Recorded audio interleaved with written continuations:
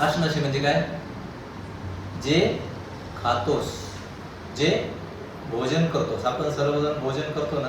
बऱ्याच वेळा आता सध्या परिवाराचे आहे ते म्हणत असतात काय, यज्ञशिष्ट तुघम पाप हा शब्द वापर आहे की नाही. जर भुंजते तो तुघम पाप, जर खाताना काय केलं नाही, यज्ञाचे उच्चिष्ट खाल्ले नाही तर काय होईल म्हणले, भुंजते ते तुघम पाप पचताना तुला काय होईल, त्याचं पाप निर्माण होईल. त्याच्यासाठी काय कर म्हणले, यज्ञशिष्ट, यज्ञाचे अवशिष्ट खा आहे की नाही, यज्ञाचे उच्चिष्ट खा.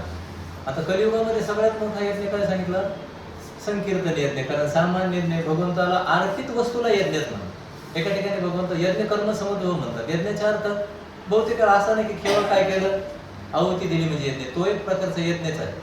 पण कधी कधी आपलं जीवन सुद्धा काय म्हणतात, एक यज्ञ आहे.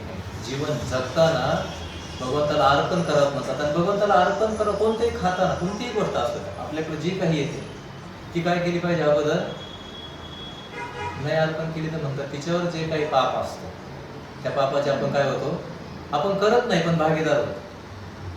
एक उदाहरण सगळ्यांना माहिती, एका चोरानं दागिने चोरले, एखाद्या घरामध्ये चोरी केली, त्यामध्ये सोन्याची ज्वेलरी असली आणि ती ज्वेलरी जर त्याने काय केली, सोनाराला नेऊन विकली. आता सोनारानं चोरी केली का नाही, पण काय केली, चोरीची ज्वेलरी घेतली. जेव्हा पोलीस तपास लागतो तेव्हा त्या सोनाराला पण त्याच्यात अडकवले जातं का नाही, चोरीची घेतला माल म्हणून तो चौकशी केली नाही.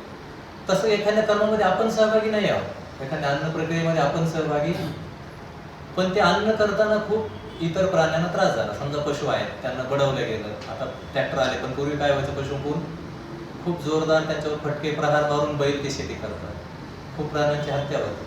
अशा वेळेस त्या अन्नावर काय बसतं, ती क्रिया बसते आहे की नाही. आता ती क्रिया असेल तर त्या क्रियाचा परिणाम आपल्याला भोगावा लागतो. म्हणून त्या अन्न काय केलं पाहिजे, अर्पित केलं पाहिजे. त्यालाच नैवेद्य वगैरे आपण म्हणतो ना, घरामध्ये नैवेद्य दाखवतो ना, भगवंताला अर्पित केलं पाहिजे.